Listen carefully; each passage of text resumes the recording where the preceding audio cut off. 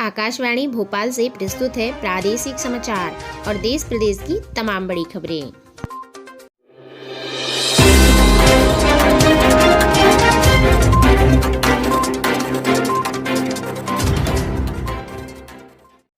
नमस्कार, सुबह की ताज़ा खबरों में आप सभी का बहुत बहुत स्वागत है। बात करते हैं आज के मुख्य हेडलाइंस की। पहली मुख्य हेडलाइंस, सीरम को स्पुतनिक वी वैक्सीन बनाने को मिली मंजूरी।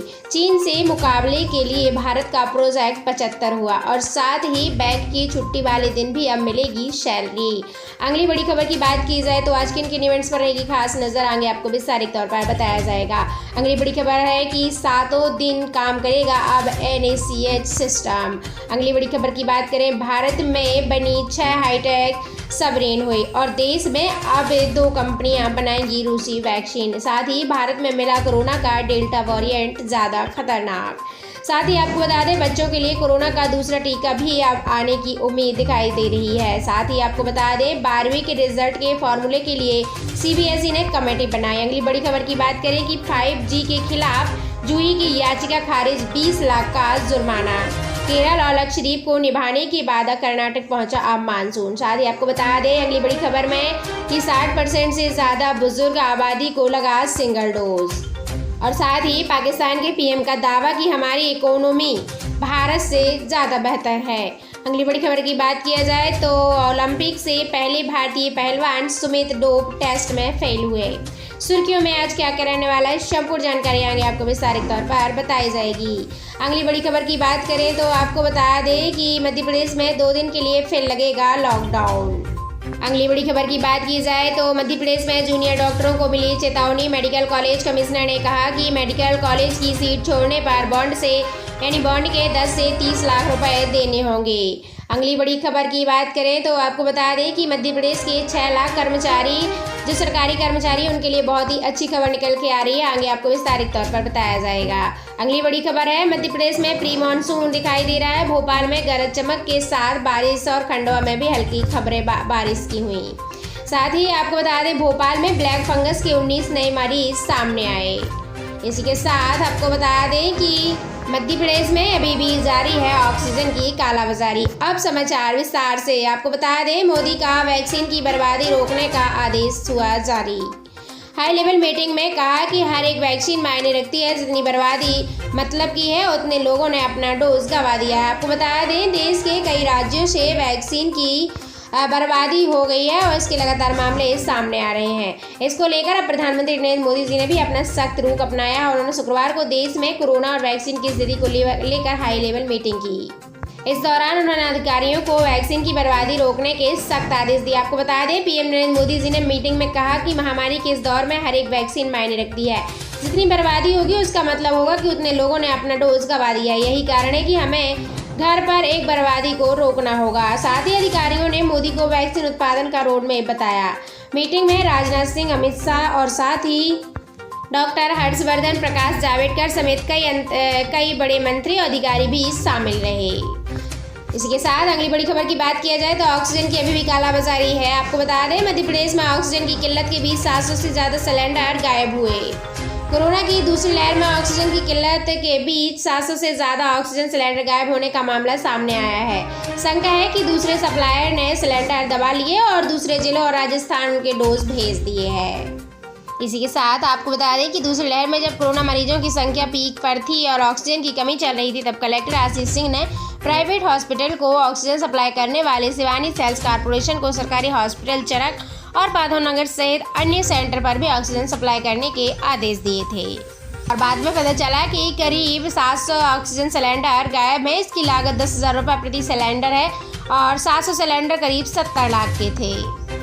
अगली बड़ी खबर की बात की जाए तो आज किन इवेंट्स पर रहेगी खास नजर, आपको बता दें, प्रधानमंत्री नरेंद्र मोदी जी 11 बजे वीडियो कॉन्फ्रेंसिंग के जरिए विश्व पर्यावरण दिवस कार्यक्रम में हिस्सा लेंगी। यानी आज 5 जून है, विश्व पर्यावरण दिवस की आप सभी को हार्दिक शुभकामनाएं।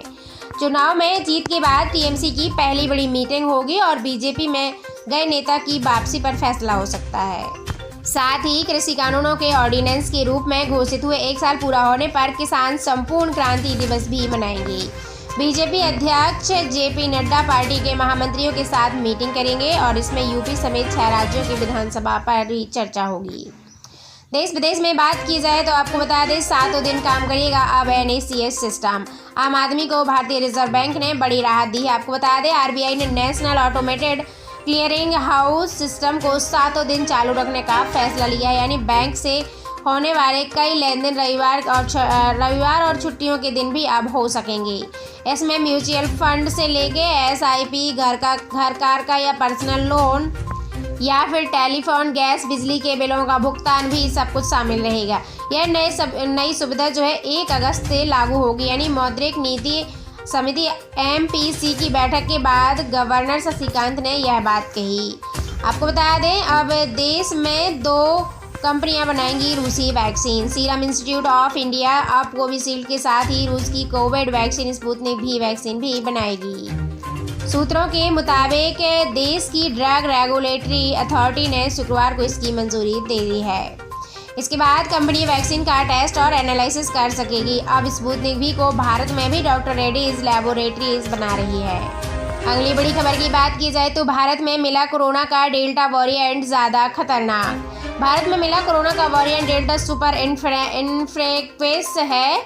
इसने भारत में 1.80 लाख से ज़्यादा लोगों की जान ली है। भारत में कोरोना के वेरिएंट्स की स्टडी के लिए SARS-CoV-2 जीनोमिक कंसोर्टिया और national centre for disease control के वैज्ञानिकों ने स्टडी के आधार पर दावा किया है कि अब तक कोरोना से अल्फा यानी UK में मिले वेरिएंट को सबसे ज़्यादा इन्फेक्शियस माना जा रहा है। भारत में मिला डेल्टा डबल म्यूटेंट और वेरिएंट उससे भी ज़्यादा 50% से ज़्यादा इन्फेक्शियस है।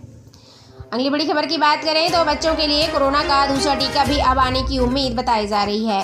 देश में 2 से 18 साल के बच्चों पर कोवैक्सीन ट्रायल जारी है और इसी बीच बच्चों के लिए एक और वैक्सीन जल्दी मिलने की उम्मीद बढ़ गई है। AIIMS director doctor Randeep Guleria ने बताया है कि अमेरिकी कंपनी फाइजर की वैक्सीन भी बच्चों को लगाई जा रही है। इसके साथ 12वीं के रिजल्ट के फॉर्मूले के लिए CBSE ने कमेटी बनाई। आपको बता दें CBSE ने 12वीं रिजल्ट बोर्ड का फार्मूला तैयार करने के लिए गुरुवार को एक कमेटी का गठन किया और एक कमेटी ही बताएगी आखिर स्टूडेंट्स के लिए रिजल्ट का क्राइटेरिया किस आधार पर तय किया जाए। CBSE के कंट्रोलर ऑफ एग्जामिनेशन डॉक्टर संयम भारद्वाज के नाम से जारी नोटिफिकेशन में कहा गया है कि 12 लोगों की टीम अगले 10 दिनों में अपनी रिपोर्ट देगी और 1 जून को प्रधानमंत्री नरेंद्र मोदी जी की अध्यक्षता में हुई एक हाई लेवल मीटिंग में CBSE 12वीं बोर्ड का एग्जाम रद्द करने का फैसला लिया गया था। अगली बड़ी खबर की ओर चलते हैं। 5G के खिलाफ जूही चावला की याचिका हुई खारिज। आपको बता दें 20 लाख का जुर्माना। दिल्ली हाईकोर्ट ने 5G टेक्नोलॉजी के खिलाफ लगाई गई फिल्म एक्ट्रेस जूही चावला की याचिका को खारिज कर दिया है। अदालत ने जूही पर 20 लाख का जुर्माना भी लगाया और कहा कि याचिका कानूनी प्रक्रिया का दुरुपयोग है। ऐसा लगता है कि यह याचिका पब्लिसिटी के लिए ही दाखिल की गई थी। कोर्ट ने फैसले के बाद पिछली सुनवाई के दौरान पड़े व्यवधानों का भी जिक्र किया और अदालत ने कहा कि जूही चावला ने सुनवाई का लिंक सोशल मीडिया पर सर्कुलेट किया था और इसकी वजह से सुनवाई में 3 बार दखल पड़ा। इसके साथ ही आपको बता दें कि केरल और लक्षद्वीप को भिगोने के बाद अब कर्नाटक पहुंचा मानसून। केरल और लक्षद्वीप को भिगोने के बाद मानसून कर्नाटक को पहुंच गया है और दक्षिणी उत्तरी कर्नाटक के साथ तमिलनाडु, आंध्र प्रदेश के कुछ हिस्सों में भी बारिश हो रही है। आपको बता दें पिछले 24 घंटे में रुक रुक कर बादल बारिश हो रही थी और मौसम विभाग ने केरल में 12 घंटे के अंदर भारी बारिश होने का अलर्ट जारी किया। अगली बड़ी खबर की बात करें तो 60% से ज़्यादा बुजुर्ग आबादी को लगा सिंगल डोज। नीति आयोग के सदस्य डॉक्टर BK पाल ने बताया कि अवर वर्ल्ड इन डेटा के मुताबिक भारत में वैक्सीन कम से कम 1 डोज पाने वालों की संख्या 17.2 करोड़ है। इस मामले में हम अमेरिका से आगे निकल गए हैं। इसके अलावा 60% से ज़्यादा बुजुर्ग आबादी को भी वैक्सीन कम से कम 1 डोज लग चुका है। वहीं स्वास्थ्य मंत्रालय के मुताबिक अगर 7 मई को पीक मानकर डेटा का एनालिसिस करते हैं तो कोरोना के रोज के केस में 68% की गिरावट आई है। 66% नए मामले सामने आए और 5 राज्यों से आ रहे हैं, बाकी 31 राज्य केंद्र शासित प्रदेशों से आ रहे हैं। पाकिस्तान के पीएम का दावा है कि हमारी इकोनॉमी भारत से ज़्यादा बेहतर है। आपको बता दें पाकिस्तान के प्रधानमंत्री इमरान खान ने दावा किया है कि हालिया महीने में पाकिस्तान की इकोनॉमी भारत से बेहतर हुई है। यानी इमरान का कहना है कि भारत की ग्रोथ रेट 7% है जबकि पाकिस्तान की 4% है। उन्होंने ये भी माना है कि इन सब के बावजूद भारत की स्थिति काफ़ी मजबूत है। इमरान खान ने कहा कि 2018 में प्रधानमंत्री बने थे। उनके कुर्सी संभालने के बाद पाकिस्तान में महंगाई अब तक सबसे ऊपरी स्तर पर है। एक्सपर्ट्स का मानना है कि सरकार दूसरे देशों से कर्ज लेकर बैंक और रिजर्व बैंक बैंक बढ़ा रही है और साथ ही मुल्क बेहतर अर्थव्यवस्था बताती है।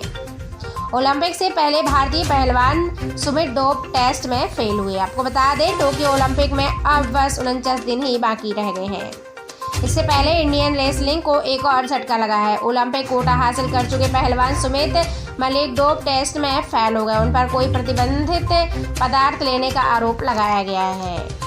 सुर्खियों में आज क्या क्या रहने वाला है आपको बता दें। पंजाब सरकार ने प्राइवेट अस्पतालों को कोरोना वैक्सीन बेचने का फैसला वापस ले लिया। निजी अस्पतालों को अब तक जितने भी डोज भेजे गए हैं उन्हें भी वापस मंगवाया जाएगा। केंद्र सरकार ने पद्म पुरस्कारों के लिए गुमनाम हीरोज की तलाश शुरू की।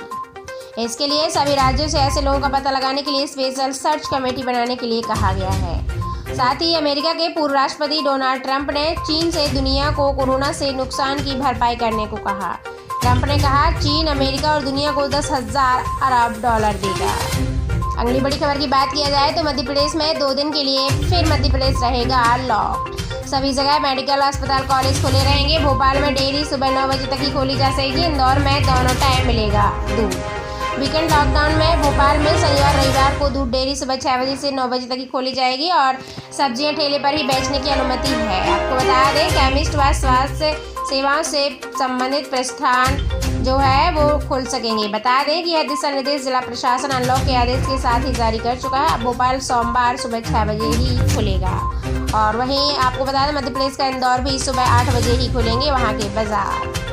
अगली बड़ी खबर है कि मध्य प्रदेश में जूनियर डॉक्टरों को मिली चेतावनी। यानी मेडिकल एजुकेशन कमिश्नर ने कहा कि मेडिकल कॉलेज की सीट छोड़ने पर बॉन्ड के 10 से 30 लाख रुपए जुर्माना देने होंगे।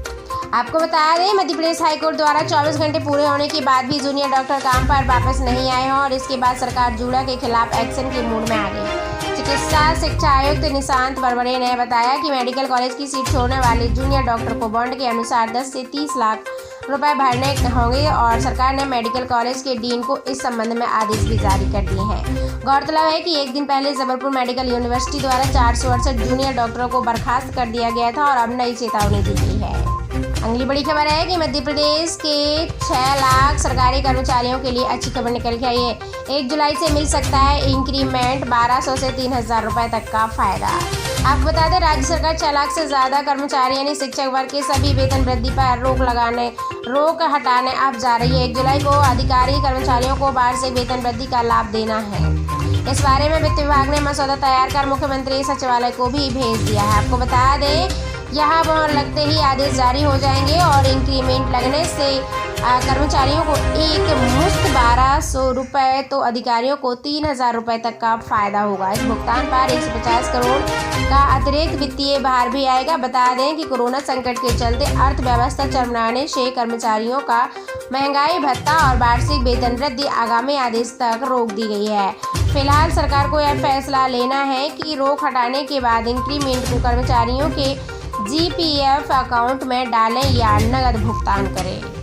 अगली बड़ी खबर की बात की जाए तो आपको बता दें मध्य प्रदेश के भोपाल में ब्लैक फंगस के 9 मरीज मिले। ऑपरेशन के बाद हर 5 दिन में क्लीनिंग नहीं कराने वाले कई मरीजों को फिर हुआ ब्लैक फंगस का ऑपरेशन करा लेने और हालात सुधार होने के बाद अस्पताल से घर जा चुके मरीजों को ज़्यादा सावधानी बरतनी ज़रूरी है क्योंकि कई मरीजों में ब्लैक फंगस का संक्रमण जो है दोबारा मिल रहा है।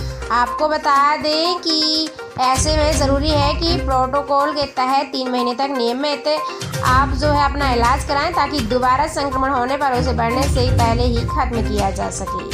साथ ही दोस्तों मध्य प्रदेश और देश प्रदेश से जुड़े हुए ऐसे तमाम जानकारियों को अपने सबसे पहले पाने के लिए आप हमारे चैनल पर विजिट भी करें, चैनल को सब्सक्राइब करें। Thank you so much.